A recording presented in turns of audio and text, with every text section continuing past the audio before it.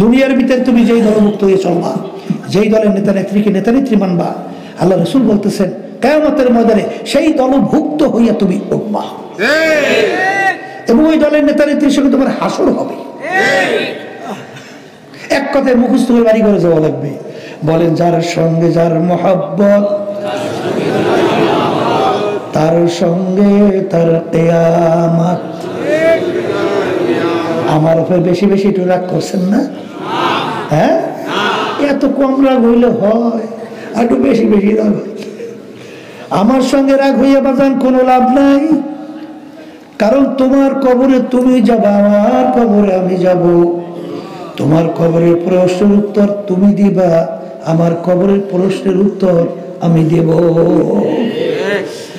বাজান, পীরের জন্য প্রশ্ন ভিন্ন, মুরিদের জন্য প্রশ্ন ভিন্ন, গরিবের জন্য ভিন্ন, ধনীর জন্য ভিন্ন, তা কিন্তু নারে বাজান। সবার জন্য প্রশ্ন তিনটা, মান রব্বুকা ওয়া মা দীনুকা ওয়া মান নাবিয়ুকা। এই তিন প্রশ্নের ভিতরে কোথায় কিন্তু পাওয়া যায় নাই। তুমি চরমনাই না সারসিনান না জৈনপুর, না তুমি ফুরফুরা, না তুমি আওয়ামী লীগ, না বিএনপি, না জাতীয় পার্টি, না তুমি অমুক বংশ তমুক বংশ সমুক বংশ। তুমি ধনী না গরিব, শিক্ষিত না অশিক্ষিত। এই পরিচয় কি এই তিন প্রশ্নে আছে? হ্যাঁ, নাই নাই নাই। যদি নাই থাকে আমার বাজানদেরকে বলবো, পর্দালে মা বোনদেরকে বলবো, বাজান ভালো করে মনকে বুঝাও, তারপর দুনিয়া থেকে বিদায় নিয়ে কবরে রওনা করো। কারণ বাজান রে, কখন কোন সময় কার ডাক আসবে তোমারও জানা নাই, আমারও কিন্তু জানা নাই। আল্লাহু আসসালামু আলাইকুম। হাকিমুল উম্মাত গালেবে গুমান আশরাফ থানভী রহমতুল্লাহ আলাইহি মনে পড়ে আর কি। তার কাছে একটা লোক যাই দোয়া চায়, হুজুর আমার জন্য একটু দোয়া করে, আল্লাহ যেন আমার একটা ছেলে সন্তান দেয়। কি সন্তান? এক আল্লাহর ওলির কাছে দোয়া চাইছে। এখন আল্লাহর ওলি তো খুব ওর কাগতি মিনতি দেখা দোয়া করছে, আল্লাহ ওর এত আশা, আপনি ওকে একটা ছেলে সন্তান দিয়ে। তার বছর ঘুরে যাওয়ার পরে ও আবার যাই বলে, হুজুর কি দোয়া করলেন? কই কোনো ছেলে সন্তান হয় না তো? বলে, বেটা দোয়া তো করছিলাম, আল্লাহ কবুল করে নাই। আচ্ছা তুই বিবাহ করছো? বলে, হুজুর বিয়ে তো করিনি। জোরে হাসেন না, জোরে হাসেন না। বলে, ওরে কপাল পোড়া, বিয়ে না করলে বাচ্চা পাবি কই? আপনি বেহেশতে যাইবেন, খারাপ কাজ থেকে ফিরবেন। আল্লাহ বলতেছে খারাপ কাজ থেকে ফিরতে চাও, নামাজ তোমাদের খারাপ কাজ থেকে ফিরেইবে। নামাজ পড়বেন না, খারাপ কাজ থেকে ফিরবেন কেন? এক সাহাবী নামাজও পড়তো, মাঝে মাঝে কিছু খারাপ কাজও করত। সাহাবায়ে কেরাম বলেন, আল্লাহ রাসূল, এই সাহাবী তো নামাজও করে আবার দি খারাপ কাজও করে। আল্লাহ রাসূল সাল্লাল্লাহু আলাইহি ওয়াসাল্লাম বলে, তাকে ছেড়ে দাও, নামাজ পড়তে থাকুক। এক সময় দেখা গেল আল্লাহর বান্দা সমস্ত খারাপ কাজ থেকে ফিরে আসছে। আসসালাতু মিরাজুল মুমিনিন, নামাজ হলো আল্লাহ এবং বান্দা বান্দির মধ্যে সম্পর্কের মাধ্যম। বান্দা বান্দি যখন নামাজ পড়ে তখন আপনারা তেলাওয়াত করেন না? কি তেলাওয়াত করেন? আলহামদুলিল্লাহি রাব্বিল আলামিন। কি কইছেন আপনি? বলছেন আর আছে, জোরে শব্দ করা যাবে না। আলহামদুলিল্লাহি রাব্বিল আলামিন। আমার মালিক উত্তর দেয়, নামাজের ভিতরে কথোপকথন চলে। আলহামদুলিল্লাহি রাব্বিল আলামিন, আল্লাহ উত্তর দেয়, হামেদানি আব্দি, হে আমার বান্দা বান্দি, তোমরা আমার প্রশংসা করলা। আমি বলছি, আল্লাহ উত্তর দেয়। আবার যখন বলি আর রহমানির রহিম, আল্লাহ উত্তর দেয়, সদাকানি আব্দি, হে বান্দা বান্দি সত্যই তো বলছি, আসলেই তো আমি রহমানুর রহিম। কথোপকথন হয় নামাজের ভিতরে, আল্লাহর সঙ্গে কি হয়? সম্পর্ক তৈরি হয়। কথা ঠিক না? তাইলে আল্লাহর সঙ্গে সম্পর্ক তৈরি করতে চান, নামাজ ব্যতী রেখে আল্লাহর সঙ্গে সম্পর্কের কোনো রাস্তা সুরাত আছে? হ্যাঁ, এক ওয়াক্ত নামাজ পড়বেন, বলতে বলতে অন্য ওয়াক্ত আসছে। কেউ যদি ইচ্ছা করিয়া এক ওয়াক্তের নামাজ নিয়ে অন্য ওয়াক্তে নিয়ে কাজা কইরা পড়ছেন, কি কইরা, অর্থ ওয়াক্ত নাই, তখন ওই ওয়াক্তের নামাজ পড়ছেন, এটা কি কয়? কাজা। এরকম যদি এই কাজটা কেউ ইচ্ছা কইরা করে, এই অপরাধের জন্য 2,88,00,000 বছর জাহান্নামের আগুনে জ্বলা লাগবে। নামাজ একেবারে এক ওয়াক্ত ছাইড়া দিলে কত জাহান্নাম, তা কিন্তু কোথাও নির্ধারিত নাই। আমার বাজানদেরকে বলো, কত বড় কঠিন হুকুম নামাজের। সন্তান খালাস হইতেছে, বেশিরভাগ ভিতরে কমভাগ বাইরে, ওই সময় যদি নামাজ রক্ত চলে যাওয়া শুরু করে, তখনও যে কোনো প্রক্রিয়া হোক, ইশারার মাধ্যমে হোক, আল্লাহর বান্দির নামাজ আদায় করতে হবে। এত বড় কঠিন হুকুম নামাজে, ওদিক হাসতে হাসতে নামাজ ছেড়ে দিলাম। এখন আমার বাজানদেরকে জিজ্ঞেস করি, শোনেন, এই আলোচনার পর কি বুঝলেন? আগে তো নামাজ পড়তাম না, এখনো পড়বো না, ঠিক না? এই নিয়ত তো করিয়া দিতে হবে নাকি?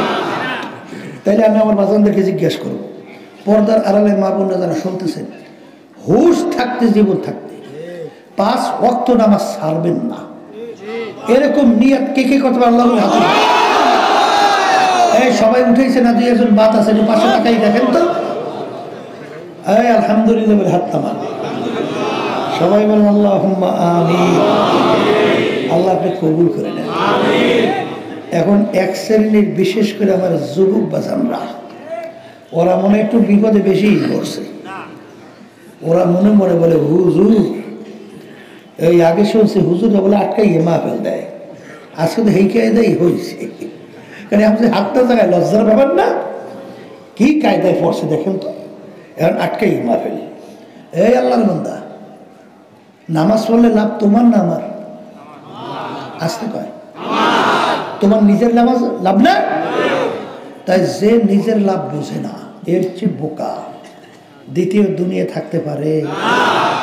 এক শ্রেণীর মনে করে, হুজুর নামাজে বড় কষ্ট, এই শীতের মধ্যে হুজুর কম্বল ফালাইয়া, এই ঠান্ডা পানিতে হুজু করিয়া হুজুর নামাজ পড়ে যেই সেই কথা।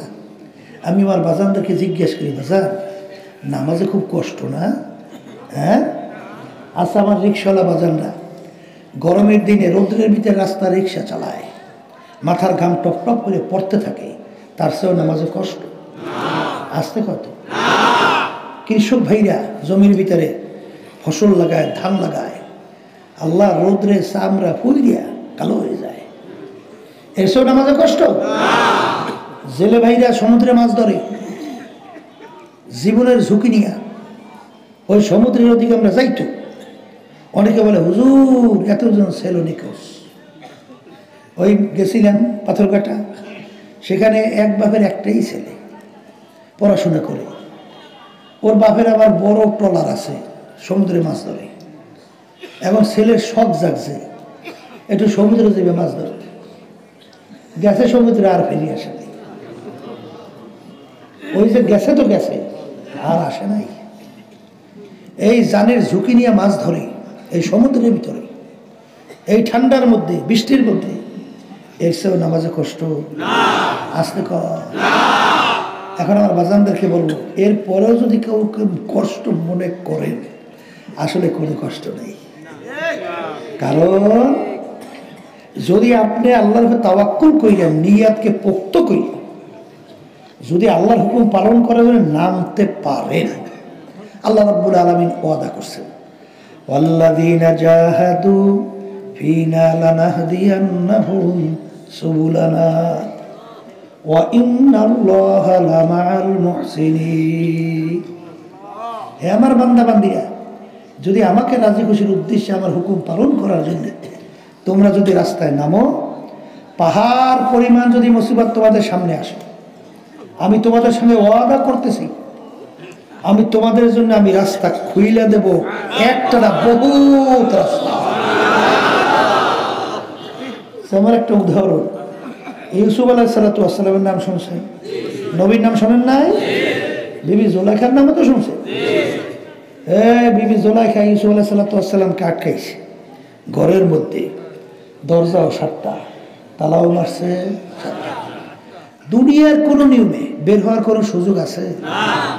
কিন্তু নবী চিন্তা করছেন, মালিক জোলাইখার কথা তো আমি মানবো না, কি হবে তাও জানি না, বের হব কিভাবে? আমি তোমার তাওয়াক্কুল করে দৌড় মারলাম। দৌড় মারার সঙ্গে সঙ্গে 7টা দরজার ভিতরে তালা।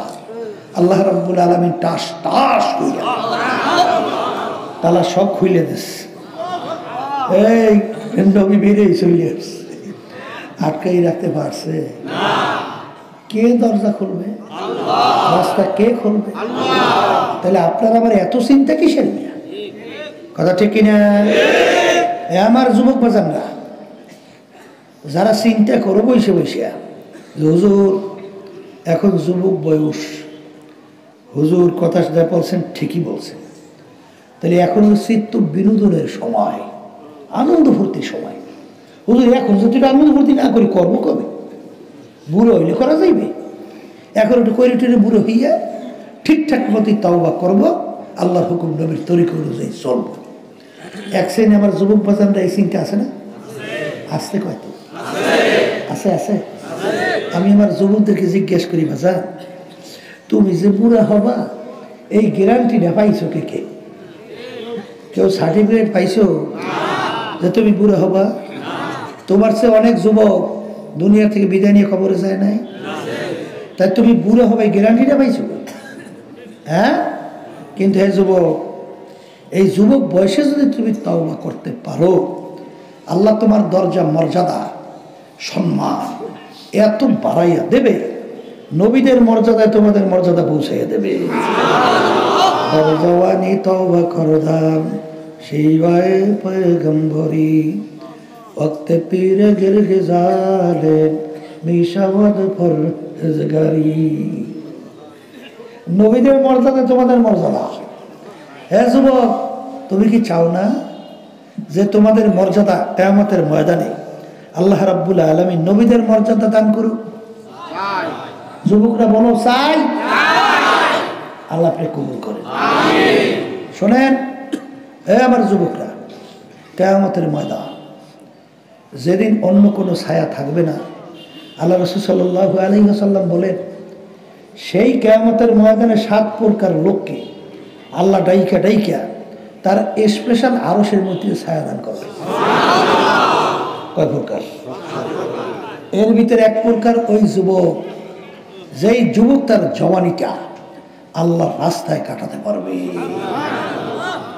আমার যুবক বাজানরা, তোমরা কি চাও না যে কিয়ামতের ময়দানে যেদিন কোনো ছায়া থাকবে না, আল্লাহর আরশে ছায়া পাই? চাও না? আল্লাহ আপনি কবুল করে নেন।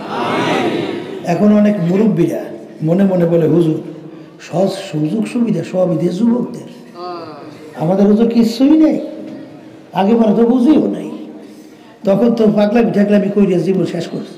এখন তো বুড়ো হওয়ার পর এখন হুজুর বুঝে আসছে, তাও বাও ঠিক মতো করছি, কিন্তু আমাদের সুযোগ সুবিধা নাই। আপনাদের জন্য আছে, আপনাদের জন্য বড় আসতে বলে, আপনাদের জন্য ওই জাকিরি, ওই যারা গোপনে নির্জনে আমার মালিকের জিকির করবে, করতে করতে 2 চোখের পানি ছাড়বে।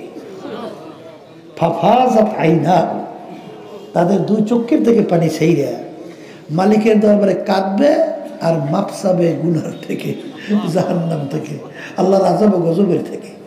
ওই জাকিরিনকে আল্লাহ রাব্বুল আলামিন ডাইকা তার স্পেশাল আরশে ছায়া দান করবে। বর্তমানে কিন্তু এক শ্রেণীর আছে, আল্লাহর জিকির তো করেই না, বরঞ্চ যারা আল্লাহর জিকির করে বন্ধ করার চেষ্টা করে, আছে না? আল্লাহর বান্দাদেরকে বলবো, জিকির শব্দের অর্থ কি? স্মরণ করা।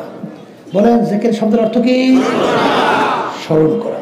আচ্ছা, আল্লাহর বান্দা বান্দি আল্লাহর স্মরণ করবে না শয়তানের স্মরণ করবে? হ্যাঁ, তাইলে আপনি আল্লাহ স্মরণ করবেন, তো এইটা সহ্য করতে পারে না কে? বলেন শয়তান। কে সহ্য করতে পারে না? আমি বলি না, আল্লাহ রাসূল সাল্লাল্লাহু আলাইহি ওয়াসাল্লাম বলছেন, আর শয়তানু জাসিমুন আলা কলবি বানি আদম ফাইদা যাকারাল্লাহ খানাসা ওয়া ইযা গাফালা ওয়াসওয়াসা। শয়তান মজবুত হইয়া প্রত্যেকটা বনি আদমের কলবের ভিতরে বৈশা ওয়াসওয়াসা দেয়, বনি আদমকে গুনাহের ভিতরে লিপ্ত করায়। কিন্তু যেই আল্লাহর বান্দাবান্দি আল্লাহর জিকির করে, জাকিরিনের কলবের মধ্যে শয়তান থাকতে পারে না। তাহলে আল্লাহর থেকে সহ্য করতে পারে না কে? আবার কোন? শয়তান। তাহলে তুমি সহ্য করতে পারো না কেন? বুঝতে হবে তোমাকে শয়তান দখল করছে। তোমাকে শয়তান আর আসতে বলে কি করছে? আল্লাহর বান্দারা শোনে, আল্লাহ রাসূল সাল্লাল্লাহু আলাইহি ওয়াসাল্লাম সাহাবায়ে কেরামদেরকে বলতেছেন যে প্রত্যেকের জন্য ভিন্ন ভিন্ন একটা শয়তান নির্ধারণ করা। সাহাবায়ে কেরাম বলতেছেন, আল্লাহ রাসূল সাল্লাল্লাহু আলাইহি ওয়াসাল্লাম আপনার জন্য কি একটা শয়তান নির্ধারণ করা আছে? সাহাবায়ে কেরাম প্রশ্ন করছে। আল্লাহ রাসূল সাল্লাল্লাহু আলাইহি ওয়াসাল্লাম বলেন, হ্যাঁ আমার জন্য একটা শয়তান নির্ধারণ করা আছে, কিন্তু ওয়ালাকিন আসলামানি, ওই শয়তানটা আমার কাছে আত্মসমর্পণ করছে। কারণ আল্লাহ রাসূল আল্লাহর সবসময় নিয়ন্ত্রণের ভিতরে ছিল না। কথা ঠিক না ঠিক? তাই শয়তান তার কাছে আত্মসমর্পণ করছে। এই আপনার আমার শয়তান এসে আত্মসমর্পণ করছে কবে? করছে? তাহলে ও তো থাকে না। এই এমনিতে একজন গেছে সর্বনাই। কোথায়? সর্বনাই যাওয়ার পরে আল্লাহ রাব্বুল আলামিন ওকে দ্বীনের বুঝ দান করছে। কিসের বুঝ? আচ্ছা, বুঝ দান করার পরে এখন এলাকায় যাইয়া ওই আল্লাহর বান্দা বসে বসে এখন আল্লাহর জিকির করে। এখন ওই কেসে মেয়ের এরা এসে বলতেছে, এই পাইছো কই জায়েজ দেয়। এখন ও আসলে তোর মাথা ভাঙ্গা। ও কইলে আমি যে এলাকায় সেমনি না চাইতাম, হ্যাঁ কি আপনার জানা আছে? কোন হ্যাঁ জানা আছে। তখন তো একদিন আপনি আমাকে নিষেধ করেননি। আমি যে ঢোলবাদ্য পিটাইতাম, সেমনি না চাইতাম, সব সময় যে শয়তানের দ্বারা লিপ্ত ছিলাম, তখন তো একদিন আপনি আমাকে বাধা দেন নাই। বরং আপনাকে আমি দাওয়াত দিছি, হ্যাঁ মনে আছে? বলে হ্যাঁ তো মনে আছে। খাইছেন না? খান নাই দাওয়াত? বলে খাইছি তো। হাদিয়া তো দিয়েছিলাম, হ্যাঁ পকেটে লইছেন, হ্যাঁ মনে আছে? বলে হ্যাঁ তো মনে আছে। কথা এই সময় তো কোনোদিন আমাকে বললেন না, কিন্তু আজকে আমি চরমনায় যাওয়ার পর আল্লাহ একটু দিনের বুঝ দান করছে। এখন আল্লাহকে রাজি খুশির জন্যে আমি আল্লাহকে একটু ডাকাডাকি করি। এখন তুমি এটা সহ্য করতে পারো না, এই লাড়ি দেখছো, একটা পিটান দিয়ে মাথা ভাড়াই পেলাম। কথা বুঝলেন? এই এক পদের আছে, ওরা কিন্তু দেখবে আল্লাহর থেকে সহ্য করতে পারে না। কথা ঠিক না? আমি আমার বাজনদেরকে বলবো, ওই জাকিরি যারা নির্জনে গোপনে আল্লাহর জিকির করে, দুই চোখের পানি ছাড়ে, গুনার থেকে মাপ চায়, ওই জাকিরিনকে ডাইকে আল্লাহ তার স্পেশাল আরো সে দান করে। আর এক প্রকার আছে, এই 7 প্রকার তো, এমনি আর এক প্রকার, হুব্বু ফিল্লাহ বুগযু ফিল্লাহ। যারা দুনিয়ায় থাকা অবস্থায় সম্পর্ক মোহাব্বত রাখবেও আল্লাহর রাজি খুশির জন্য, আল্লাহ আর মোহাব্বত ছাড়বেও, সম্পর্ক ছাড়বেও আল্লাহর রাজি খুশির জন্য। এই প্রকার লোককে আমার মালিক ডাইকা ডাইকা তার স্পেশাল আরো সে ছায়া দান করবে। কথা বুঝেন নাই? এই সম্পর্ক রাখবে কার রাজি খুশি? ছাড়বে কার রাজি খুশি? এখন আমার বাজানদেরকে বলি, এক শ্রেণী আমার বাজানরা দুনিয়ার ভিতরে, বিশেষ করে বাংলাদেশের মধ্যে, এই তাম দুনিয়া আদর্শ বাস্তবায়নের লড়াই চলছে। তাম দুনিয়ায় আবার বলেন আদর্শ বাস্তবায়নের লড়াই। এর ভিতরে একটা আদর্শের নাম হলো সমাজতন্ত্র। কথা কথা। এই আর একটা নীতি আদর্শের নাম হলো প্রচলিত গণতন্ত্র। আর একটা নীতি আদর্শের নাম হলো ধর্ম নিরপেক্ষতাবাদ। আর একটা নীতি আদর্শের নাম হলো ইসলাম। আমার বাজানদেরকে বলি, সমাজতন্ত্র ওদের স্লোগান কি তা জানেন? কেউ খাবে তো কেউ খাবে না, তা হবে না, তা হবে না। অর্থাৎ বলতে চায় কেউ থাকবে গাছতলায় আর কেউ থাকবে পাঁচতলায়, হবে না। মানে সব সমান। ওই যেগুলোই ধোকাবাজি স্লোগান দেয় ওরাই দেখবেন পাঁচতলায়। কথা দেখি না, এবারে ধোকাবাজি মুখরোচক। গরিবদেরকে টানা খুব সহজ, বুদ্ধিটা করছে কি, কেউ থাকবে গাছতলায় কেউ থাকবে পাঁচতলায়, আসলে ধোকাবাজি। আসলে কি ধোকাবাজি, কথা ঠিক। এই সমাজতন্ত্র এইটা প্রতিষ্ঠিত হলো রাশিয়া সহ অন্যান্য দেশে, কমিউনিজম। এই সেখানে লেনিন, কার্ল মার্কস, মাও সেতুং, এই লেনিনের মূর্তি বিরাট আকারে তৈরি করছে। কিন্তু ওই নীতি আদর্শ অনুযায়ী চলিয়ে দেখে এ অশান্তি শেষ নাই, যেখানে যায় সেখানে অশান্তি। এবার কি কায়দা করবে ওরা চিহ্নই দেখা যাবে না।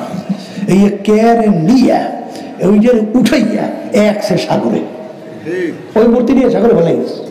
তাহলে বুঝা গেল ওই নীতি আদর্শের মাঝে শান্তি আছে, আছে, আসবে।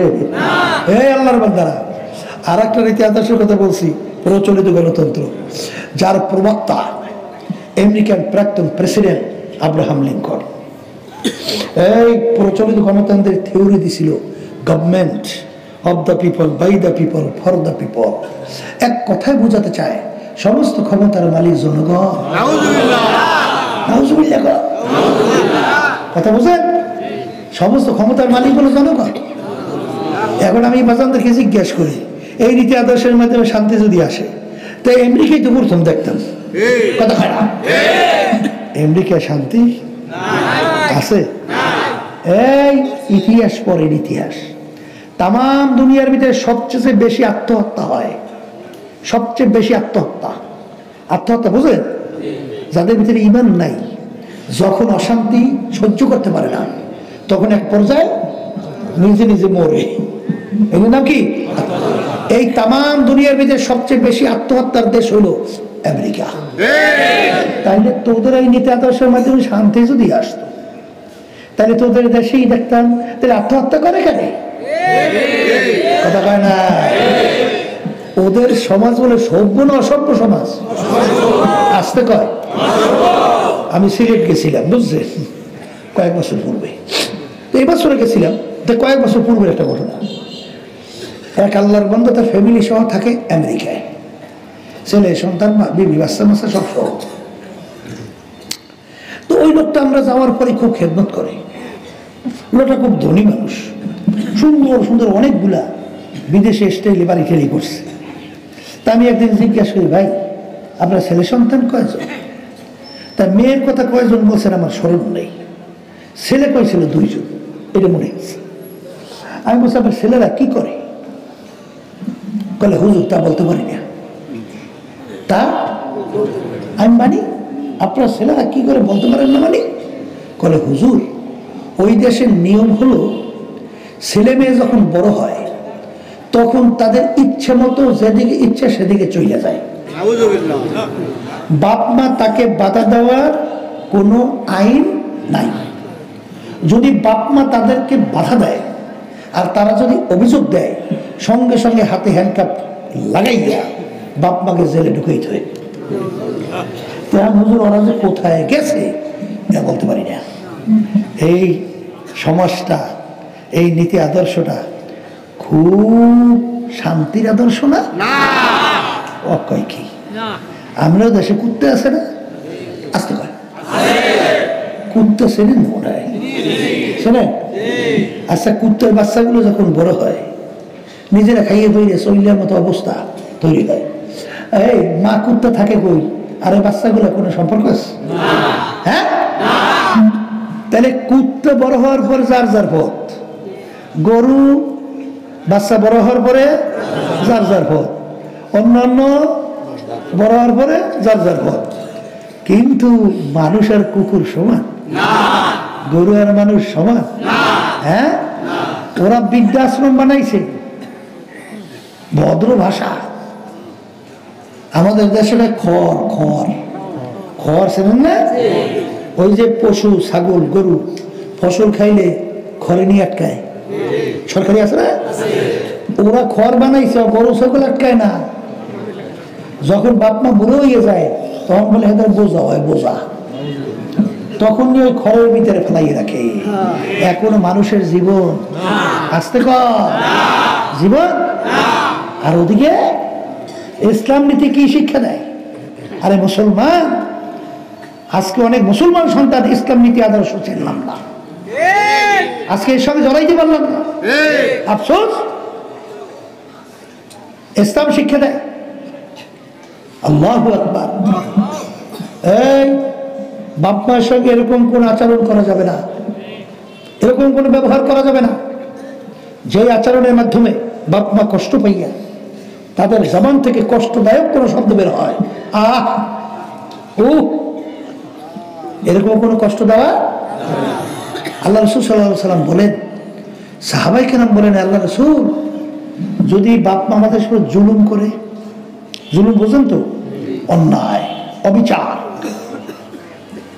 এরকম যদি কোনো আচরণ করে তাহলে তাদের সঙ্গে একটু খারাপ ব্যবহার করা যাবে না? আল্লাহ রসুল সাল্লাল্লাহু আলাইহি ওয়াসাল্লাম বলেন, ওয়াইন যালামাকা ওয়াইন যালামাকা ওয়াইন যালামাকা, বাপ মা যদি তোমাদের জুলুম করে জুলুম করে জুলুম করে, তারপর তাদের সাথে এরকম কোনো আচরণ করা যাবে না যে আচরণের মাধ্যমে তারা কষ্ট পায়। কথা বোঝেন? এই যে ইসলাম শিক্ষা দিয়েছে আল্লাহ রাসূল সাল্লাল্লাহু আলাইহি ওয়াসাল্লাম। এই আল্লাহর বান্দারা, একদিন মেম্বারে প্রথম পা রাখলেন, বললেন আমিন। দ্বিতীয় পা রাখলেন, বললেন আমিন। তৃতীয় পা রাখলেন, বললেন আমিন। সাহাবায়ে কেরাম বলেন, আল্লাহ রাসূল, এরকম মেম্বারে পা রাখা অবস্থা আপনাকে আমিন বলতে কখনোই তো শুনি নাই, কেন এরকম আমিন বললেন? আল্লাহ রাসূল বলেন, জিবরাইল আমিন আসছে, 3টা দোয়া করছে, এই দোয়া কবুল হওয়ার জন্য আমি আমিন বলছি। বলেন, কে আসছে? এই আল্লাহর বান্দারা, কি মনে করলেন আল্লাহর হুকুম ছাড়া কি জিবরাইল আমিন আসতে পারে? তাহলে জিবরাইল আলাইহিস সালামকে কে পাঠাইছে? বলেন আল্লাহ। জিবরাইল আলাইহিস সালাম আল্লাহ শিখানো দোয়া ছাড়া নিজে দোয়া করতে পারে? তার দোয়া শিখাইছে কে? পাঠাইছেন আল্লাহ, দোয়া শিখাইছেন আল্লাহ। এই দোয়া কবুল হওয়ার জন্য মাধ্যম বানাইছেন কাকে? সরদার দোজাহান মুহাম্মদুর রাসূলুল্লাহ সাল্লাল্লাহু আলাইহি ওয়াসাল্লাম।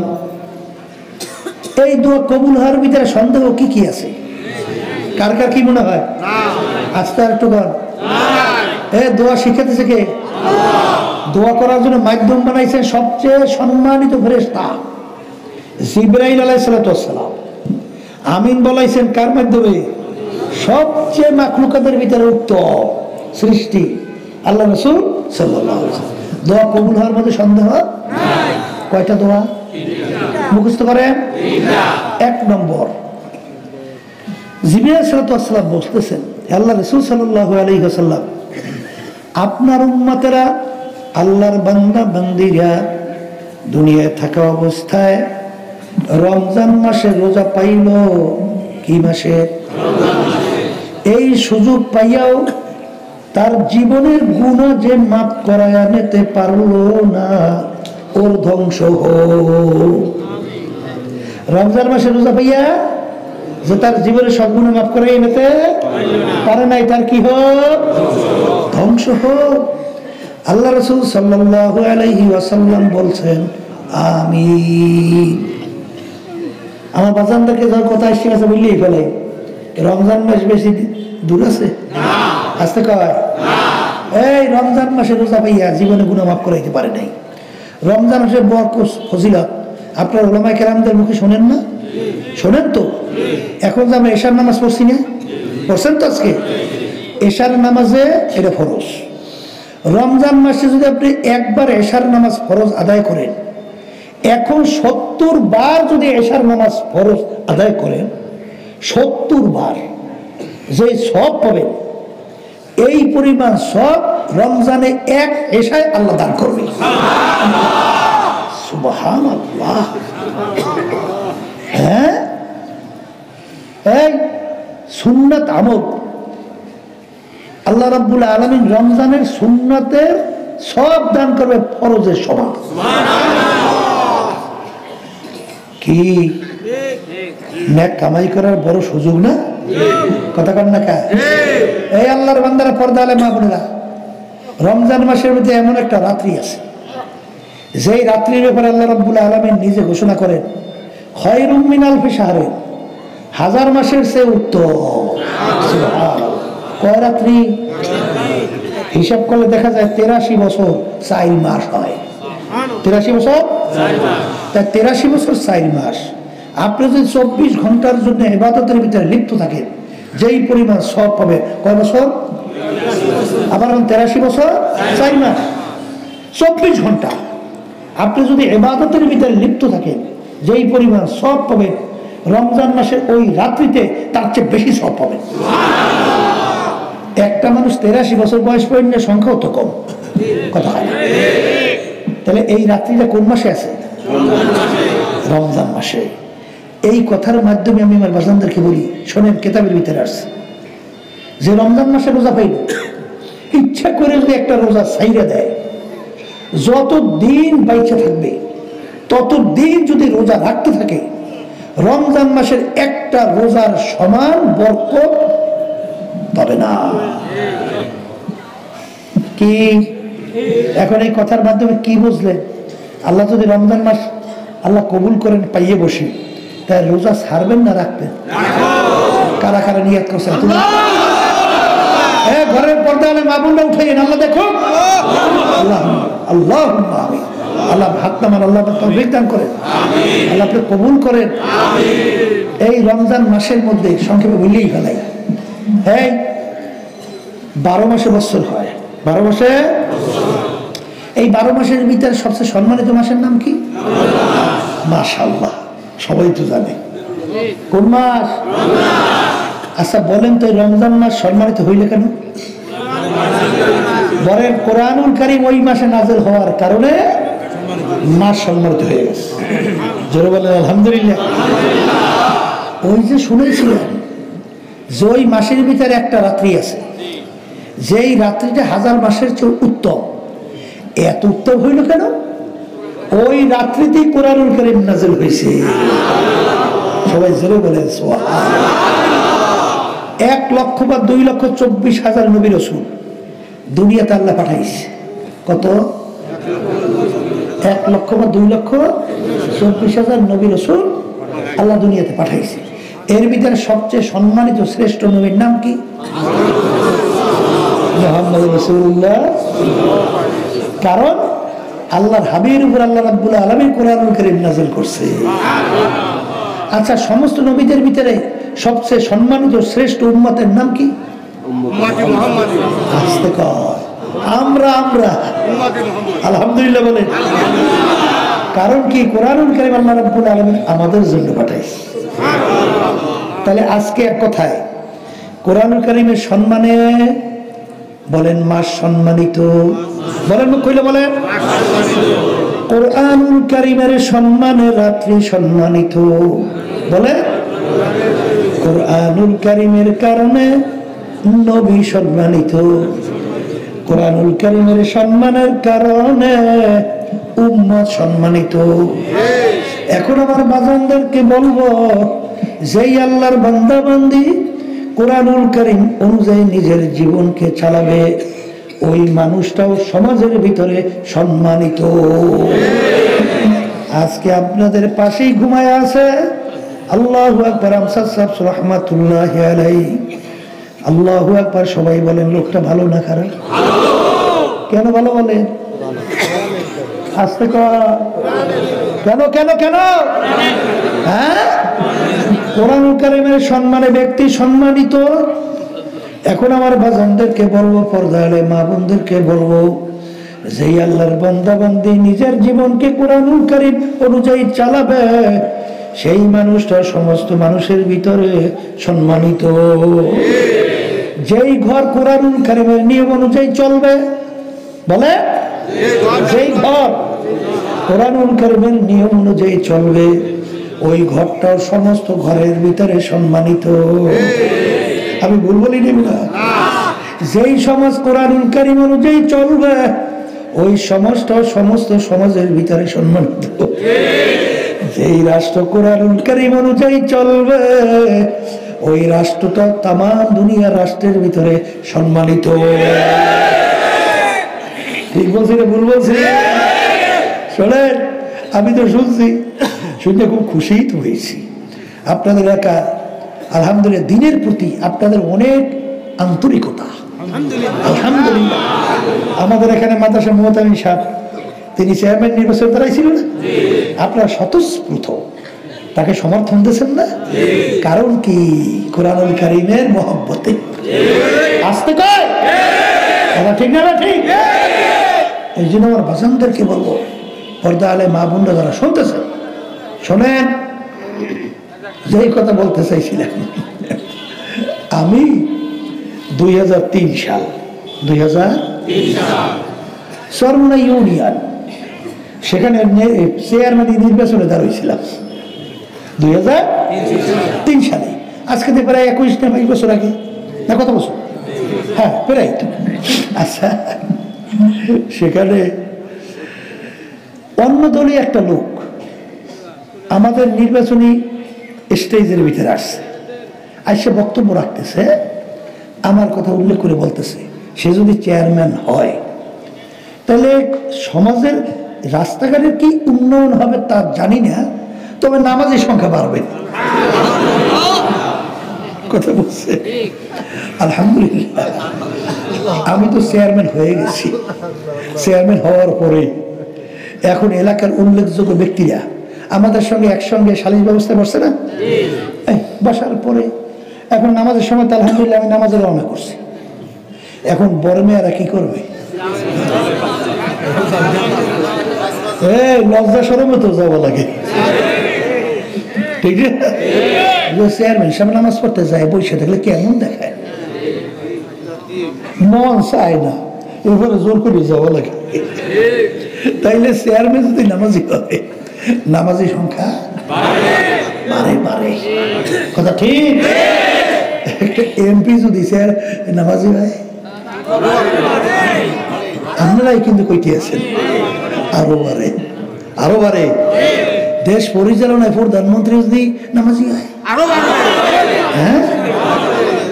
কিন্তু আশ্চর্য, এক শ্রেণী আমার বাজানরা আছে, নামাজও পড়ে, রোজাও রাখে, হজও করছে, তাসবিনে মাওলার জিকিরও করে, কিন্তু সমর্থন দেয় বেনামাজিদের, ঘুষ করে দে, সুদ খোর, চাঁদাবাজ। এই দেশের টাকা লুটপাট করে বিদেশে বেগম পাড়া তৈরি করে, ভুল কই নিয়ে মনে হয়। হ্যাঁ, ওদিকে তো খুব নামাজ পড়ে। এই আল্লাহর বান্দারা, শুনছিলাম ছোটবেলায়, জাল লাগে বলে হ্যাঁ লাগে জোড়া হয়, চোরের বলে জোড়া হয় চোরের লাগে। কবুতর পাখি ছাড়িয়ে দিয়েছেন, ওর জোড়াটা কি শালিকের লাগে না কবুতরের লাগে? ঘুঘু পাখি ছাড়িয়ে দিয়েছেন, ওর জোড়া কার লাগে? তাই তুমি নামাজি, তোমার জোড়াটা বেনামাজির লাগে হয় কিভাবে? হ্যাঁ, এত অসম্ভব কথা। তাহলে তোমার নামাজ ভিতরে ফিট হয় নাই। তুমি বাহ্যিক নামাজ পড়ো, ধোকাবাজি। নামাজি কখনোই বেনামাজিকে সমর্থন করতে পারে, কথা পরিষ্কার। আর নামাজি কখনোই বেনামাজিদের দল করতে পারে না।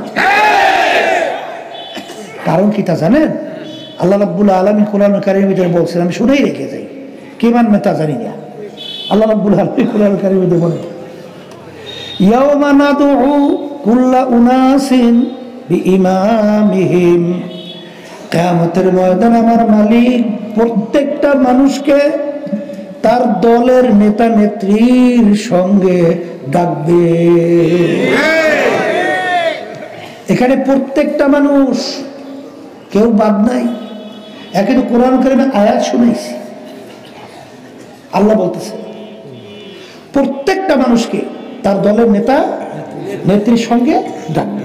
ডাইকে আমার মালিক বলবেন, তোর দলের নেতা নেত্রী যেদিকে যায় ওদের পিছনে পিছনে সেই দিকে যা। এক কথা আমার মালিক বলেন, তোর দলের নেতা নেত্রীর যেখানে জায়গা তোরও সেইখানে জায়গা। আল্লাহ রাসূল সাল্লাল্লাহু আলাইহি ওয়াসাল্লাম হাদিসের ভিতরে বলেন, মান তাশাব্বাহা বিকওমিন ফাহুয়া মিনহুম।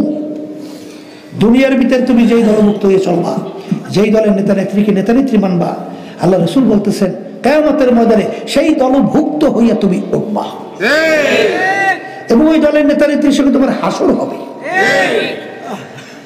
এক কথায় মুখস্থ হয়ে বাড়ি করে যাওয়া লাগবে। বলেন, যার সঙ্গে যার মহব্বত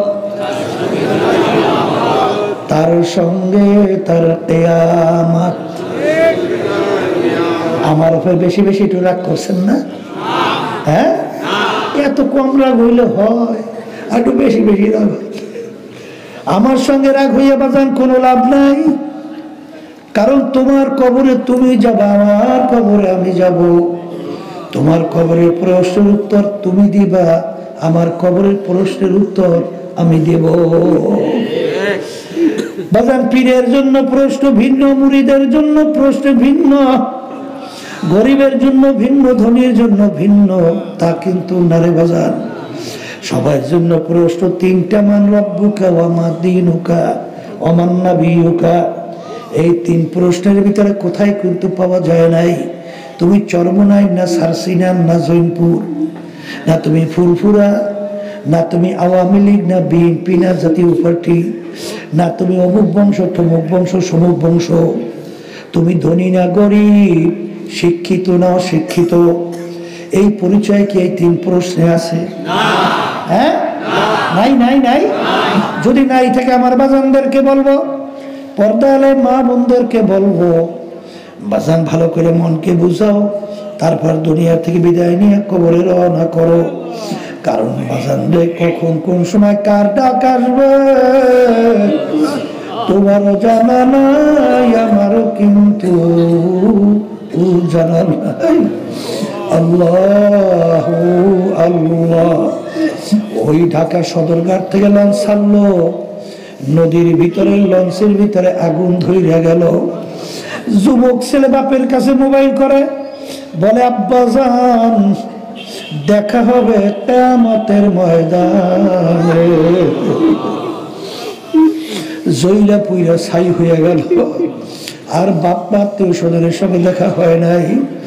বাজান, সেদিন কেন আমি গেলাম মুন্সিগঞ্জ, আরে আর একটু আমার আগে পরে কোন সময় হঠাৎ একটা বাস কতগুলা গাড়ির উপরে লাগাইয়া দিল, প্রায় জায়গায় 6 জন মারা গেল। আসলে কে কোন সময় কিভাবে রওনা করবে এটা কিন্তু তোমারও জানা নাই, আমারও জানা নাই। কিন্তু কবরের যাত্রীরা, আজকে দুনিয়ার স্বাধীনতা পাইয়া আমার মালিক তোমাকে আমাকে দুনিয়ায় পাঠাইল, পাঠাই আমার মালিক ঘোষণা করলেন, আমহিল হুম রুয়াইদা, আমি তোমাদেরকে স্বাধীনতা দান করলাম, ঢিল দিলাম। কেন? লিয়াবলুয়াকুম আইয়ুকুম আহসানু আমালা, পরীক্ষার হলে পরীক্ষা নেওয়ার জন্য। কবরের যাত্রীরা, ছাত্রছাত্রী পরীক্ষার হলে পরীক্ষা দেয়, 3 ঘন্টা তাদের জন্য স্বাধীনতা আছে না নাই? বাজার প্রশ্ন দেওয়া হয়, পত্র দেওয়া হয়, ওই সময় 3 ঘন্টা যা মনে করে তা লাগবে, তাকে বাধা দেওয়ার কোনো আইন কিন্তু না। কারণ যদি বাধা দেওয়া হয় তাহলে পরীক্ষার হল কিন্তু আর থাকে না। আমার মালিক তোমাকে আমাকে দুনিয়ায় পাঠাইয়া, আমার মালিক বলেন তোদেরকে আমি স্বাধীনতা দান করলাম কেন? পরীক্ষার হলে পরীক্ষা নেওয়ার জন্য। কি জন্য? কি জন্য? এই পরীক্ষার হলের ভিতরে তুমি যা মনে করে তা করবা। এই দুনিয়ার স্বাধীনতা তোমাকে আমি কিছু বলবো না, কারণ যদি এখানে তোমাকে ধরপাকড় করি তাইলে তো স্বাধীনতা থাকবে না। আজকে পরীক্ষার হলে স্বাধীনতা পাইয়া যারা ধরাকে সরা জ্ঞান মনে করেন না, যা মনে করেন তা করেন। আরে ল্যাংটা সেমরিদেরকে নাচাও, এলাকার ভিতরে গজব নিয়ে আসার চেষ্টা করো। দেখো এখন আমেরিকার সবচেয়ে যেখানে বড় ধনী জায়গা কিভাবে মাওলায় গজব শুরু হয়ে গেল। খবরদার খবরদার, এই আল্লাহর বান্দারা, পর্দার আড়ালের মা বোনেরা, সুম্মুন বুকমুন উমিয়ুন ফাহুম লা ইয়ারজিউন, খবরদার এমন কোনো কাজ কইরো না যে আল্লাহর পক্ষ থেকে তোমার সিনার ভিতরে যেন মোহর না পড়ে। তাআওয়ানু আলাল বিররি ওয়াত তাকওয়া ওয়ালা তাআওয়ানু আলাল ইসমি ওয়াল উদওয়ান। আমার মালিক বলে তোমরা ভালো কাজের সহযোগিতায় থাকো, খারাপ কাজের বিরোধিতা করো। কার হুকুম? এই আল্লাহর বান্দারা, আজকে আমরা মাদ্রাসা মসজিদ ভালো কাজে দান করি কেন? সওয়াব পাওয়ার জন্য। কি পাওয়ার জন্য? সওয়াব পাওয়ার জন্য। আর তুমি যদি খারাপ কাজে সহযোগিতা করো, সেখানে তুমি গুনাহ কেন আমল নামায় নেবা না? কথা কয় না? কি তখন গুনাহ তোমার আমল নামায় যাবে না? আরে আফসোস, কোন জ্ঞানী, কোন মুসলমান যাই না সই না বুঝা যে কাজের ভিতরে আল্লাহ বেজার, আল্লাহ রাসূল বেজার সাল্লাল্লাহু আলাইহি ওয়াসাল্লাম, যেই কাজের মাধ্যমে আমল নামায় গুনাহ জমা হবে, সেই কাজের আমি সহযোগিতা করব? এক কোন জ্ঞানী, কোন মুসলমান, কোন ইমানদার কোনদিন পারে না। আর সবসময় মনে রাখো, আল্লাহ রাসূল সাল্লাল্লাহু আলাইহি ওয়াসাল্লামের হাদিস, মান রাআ মিনকুম মুনকারান ফালিয়ুগাইয়িরহু বিয়াদিহি ফাইন লাম ইয়াস্তাতি' ফাবিলিসানিহি ফাইন লাম ইয়াস্তাতি' ফাবিকলবিহি ওয়া যালিকা আযআফুল ঈমান। আল্লাহ রাসূল সাল্লাল্লাহু আলাইহি ওয়াসাল্লাম বলেন, অন্যায়ের প্রতিবাদে, অন্যায়ের প্রতিবাদে তোমার যদি শক্তি থাকে, অন্যায়কে হাত দিয়া ফিরাইয়া দাও। অন্যায়কে হাত দিয়া ফিরাইয়া দাও। ওই পরিমাণ শক্তি না থাকলে মুখ দিয়ে বইলে অন্যায়কে ফিরাও। ওই পরিমাণ শক্তি না থাকলে মনে মনে পরিকল্পনা করতে থাকো কিভাবে অন্যায়কে ফিরানো যায়। শেষের অবস্থানকে আল্লাহ রাসূল বলেন ঈমানের দুর্বল অবস্থা। ঈমানের দুর্বল অবস্থা, এটা ঈমানের সাথে সম্পৃক্ত। অন্যায়ের প্রতিবাদে আমাদের শক্তি থাকলে অন্যকে হাত দিয়ে ফিরাইতে হবে, শক্তি না মুখ দিয়ে বইলে ফিরাতে হবে। শক্তি না থাকলে মনে মনে পরিকল্পনা করতে হবে কিভাবে অন্যকে ফিরানো যায়। এক সিনেমার বাজানরা আছে, একার চুপচাপ বৈশা, খুব দরবেশ, ওরে সর্বনাশ, তাহাজ্জুদ কামাই নাই, তাসবিহ সবসময় আল্লাহর জিকির করে, ওদিকে সমাজের মধ্যে অন্যায় ভরপুর হয়ে যাইতেছে, চিন্তাও নাই, চেষ্টাও নাই, কথাও নাই। ঠিক না? ভালো করে যাই না রাখো, যার ভিতরে জেহাদি প্রেরণা থাকবে না, ওর মৃত্যু হবে মুনাফিকের মৃত্যু। আর মুনাফিকের ব্যাপারে আসছে ফি দারকিল আসফালি মিনান নার, ওর জায়গা হবে জাহান্নামের একেবারে শেষ তবকা। কি এই জন্য আমার বাজানদেরকে বলবো, পর্দার মা বোনদেরকে বলবো, সবসময় মন কি বুঝে, ওরে মন, কোরআনুল কারীম কিন্তু সত্য, 1500 বছর আগে নাযিল হলো, আজ পর্যন্ত কেউ ভুল করতে পারে নাই, আর কেউ কোনোদিন পারবেও না। আসতে কয় পারছে? পারবে না। যদি না পাইরা থাকে, বাজানদেরকে বলো, দুনিয়ার জিন্দেগি কিন্তু একটাই, দুনিয়ার জিন্দেগি একবার যদি কেউ কবরে যাইয়া ঠগ, দ্বিতীয়বার দুনিয়াতে আইসা আপিল কইরা জিতবার কিন্তু আর আশা নাই। এ কবরের যাত্রীরা, দুনিয়ার যে কোনো কাজে যদি কেউ 5 বারও ঠগ, আবার ওই কাজের ভিতরে চেষ্টা করলে জিতবার আশা করা যায়, কিন্তু একবার যদি কবরে কেউ ঠগ আর দ্বিতীয়বার দুনিয়াতে আইসা আপিল কইরা জিতবার কিন্তু আর আশা না। এরপরে যদি না বোঝো, আমার মালিক মাঝে মাঝে কত ঘটনা বাংলাদেশের মধ্যেও দেখায়। বাজার আমি 1 না 2 সফর আগে কুড়িগ্রাম থেকে আসলাম, চরমোনাইয়ের মুজাহিদ ছিল, অনেকে তাকে ঘুঘু মুন্সি কইয়া ডাকতো, আসলে তার নাম ছিল বশির উদ্দিন মুন্সি। বাজান দুনিয়া থেকে বিদায় নিয়ে কবরে যাওয়ার পরে 32 বছর পরে নদীর ভাঙ্গরে যখন তার কবর ভাঙিয়া গেল, 32 বছর পরে কাপড়ে কাপড় সহ লাশ কানাম তাজা বের হইয়া আছে। অনেক জাতীয় পত্রিকায় ছবি সহ দিয়া দিছিল। কি সহ? কে কে দেখছে? রাতুরান্ত দেখেন, কত মানুষ দেখছে। 32 বছর পর কাপড়ের কাপড় সব লাশ তাজা বের হয়ে আসছে, কাপড়ের কিছু হয় না, মার্কিন কাপড় মাটির সঙ্গে লাইগা রইছে। 32 বছর পরে কাপড়টাই না দেখে মনে হয় যেন এখন নতুন কাপড় গায়ে লাগাইছে। যত ঘটনা মাঝে মাঝে আমার মালিক কবরে দেখায়, দিনদার পরহেজগার আল্লাহওয়ালা ছাড়া কিন্তু দেখা যায় না।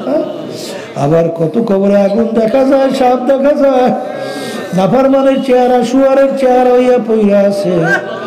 যত দুর্ঘটনা কবরে মাঝে মাঝে দেখা যায়, বেনামাজি হারামখোর সুদখোর ঘুষখোর ছাড়া কিন্তু দেখা যায় না। এ দুনিয়াদার পাগল, কাদের জন্য পাগল হইছ, কার জন্য পাগল হইছ? আসলে বাজান মাঝে মাঝে একটু চক্ষু বন্ধ করো, মুরাকাবা করো। আসলে সন্তান যদি দিনদার না হয়, ওই সন্তান কিন্তু তোমার আমার শত্রু। কারণ এই সন্তান তোমার আমার কবরের পাশে যাইয়া 2 চোখের পানি ছাইরা মালিকের দরবারে রব্বির হামহুমা কামা রব্বায়ানি সগীরা, এই দোয়া বুঝি তোমার কপালে জুটবে না। এই জন্য আমার ভাইদেরকে বলবো, পর্দা আলে মা বোনদেরকে বলবো, বাজান মনে করছে আমরা হুজুররা কিছু বুঝি না, বুঝা শূন্য কিন্তু দাঁড়িয়ে রাখছি, বুঝা শূন্য মাথায় টুপি রাখছি, বুঝা শূন্য সুন্নাত তরিকে আল্লাহর ফজলে চলার চেষ্টা করি, হারাম হালাল তুমি পার্থক্য করে খাই চলার চেষ্টা করি। বাজান ভালো করে চিন্তা ভাবনা করে দেখলাম দুনিয়ার জিন্দেগি কিন্তু একেবারে ক্ষণিকের। আসলে বাজান একেবারে ফাঁকি।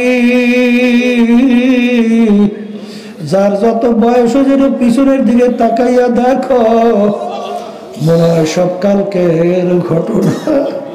ওদিকে আয়নার সামনে যখন চেহারার দিকে তাকাই, দেখি কাঁচা দাড়িগুলো পাইকা গেল, দাঁতগুলো পইরা গেল।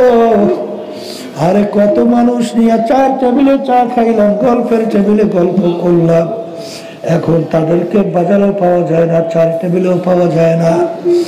আরে আমার আম্মা আব্বা কোথায় গেল, আমার পড়শিরা কোথায় গেল? তাম দুনিয়ার যে কোনো প্রান্তে সেকেন্ডের ভিতরে যোগাযোগ করা যায়, কিন্তু আজ পর্যন্ত খবর দিতেও পারে নাই, নিতেও পারি নাই। বাজার কিয়ামতের ময়দান একজন আরেকজনকে জিজ্ঞাসা করবে, ভাই আমরা দুনিয়ার ভিতরে কতদিন ছিলাম? কাম লাবিসনা। একজনে উত্তর দেবে লাবিসনা ইয়াওমান আও বা'যা ইয়াওম, একদিন অথবা একদিনের কিছু অংশ ছিলাম। আর একজন বলবে না না,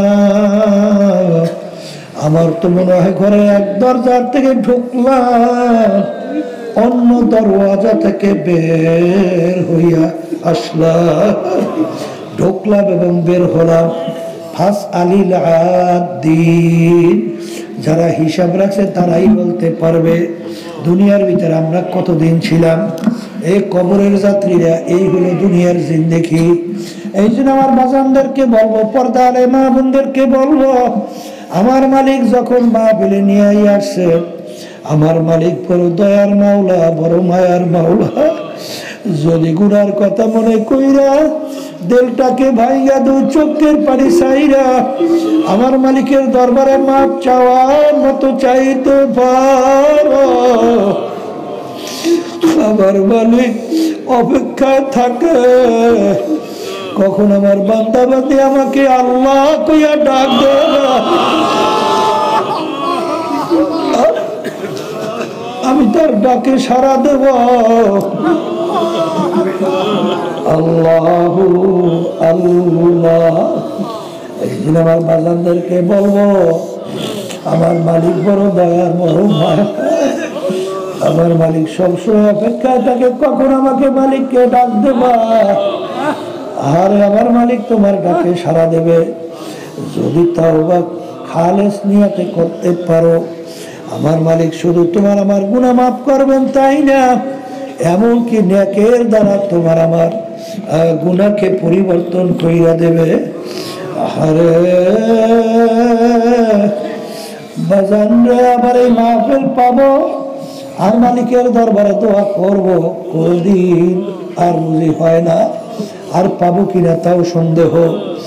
এই জন্য মালিক যখন মাহফিলে নিয়ে আসছেন, দুই চোখের পানি ফালাও, গুনার কথা মনে করো, দিলটাকে ভাঙ্গে মালিকের কাছে দোয়া করো আর মাপ চাও। আল্লাহুম্মা আমিন। এই ঘরের মেয়ে লোকেরা হাত উঠাও, গুনার কথা মনে করো, দুই চোখের পানি ফেলাও, আমার মালিকের দরবারে কান্দ আর মাপ চাও।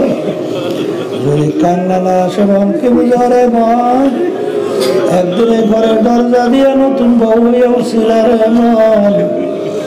কত মেয়ে লোকে শরবত খাওয়াইলো, কত মেয়ে লোকে বাতাস করলো, আবার এমন একটা দিন আসবে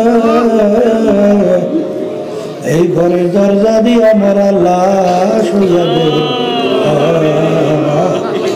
ছেলে কানবে মামা করে,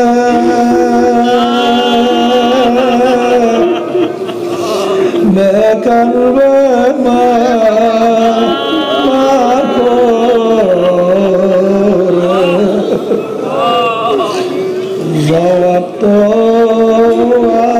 আর দিবা না। আল্লাহ পেটে মাঠের দিকে চাইয়া দেখে আপনার বান্দারা কিভাবে কাঁদবে। মালিক আমাদের ছেলেও মরে নাই, মেয়েও মরে নাই, ওরা করে বসছি রে, মাফ করে দেন গো মাওলা, মাফ করে দেন। আল্লাহ বান্দারা জোর করে কাঁদেন। সন্তান মারা গেলে চোখে পানি আসে, সম্পদ নষ্ট হয়ে গেলে চোখের ভিতরে পানি আসে। তোমার আমার গুনার কারণে জাহান্নামের আগুন জ্বলছে, জাহান্নামের আগুন আমার মালিক চোখের পানি ছাড়া ঠান্ডা করবে না। আল্লাহ যাদের ছেলে মাহফিল হইল, চেষ্টাকে একদিন সাহায্য করলো, আমরা যারা মাহফিলে উপস্থিত হয়ে গেলাম, সবার উপরে খাস মেহেরবানি নাজল করেন আল্লাহ। আল্লাহ মাদ্রাসা মসজিদকে দিনের জন্য কবুল করে নেন আল্লাহ। আমাদের আম্মা আব্বা দাদা দাদু আত্মীয় স্বজন যারা ওই অন্ধকার কবরে শুয়ে রয়েছে, সবার কবরকে বেহেশতের বাগান বানায় দেন আল্লাহ। আমাদের আব্দুল শহীদুর রহমতুল্লাহ কবরকে বেহেশতের বাগান বানায় দেন। তার বাড়ি ফয়জাবাদ আমাদেরকে নসিব করে আল্লাহ। তরিকার শায়েখদের বিশেষ আব্বাস রহমতুল্লাহ আলাইহি তাদের দরজা বেহেশতে বলন্দ করে দিয়ে তাদের রুহানি ফয়জাবাদ আমাদেরকে নসিব করিয়া। সুবহান রাব্বিকা রাব্বিল ইজ্জাতি আম্মা ইয়াসিফুন ওয়া সালামুন আলাল মুরসালিন আলহামদুলিল্লাহি রাব্বিল আলামিন। কেউ উঠছেন না, মাইকটা আলোচনা করিয়া আরামই পাইলেন না, মনের টানি দেওয়া যায় না। একজন আর একজনের গায়ের সঙ্গে হাত লাগান, হাত লাগাই তওবা করেন, কারণ এখানে অনেক আল্লাহর খাস বান্দারা আছে যাদের সঙ্গে তওবা করলে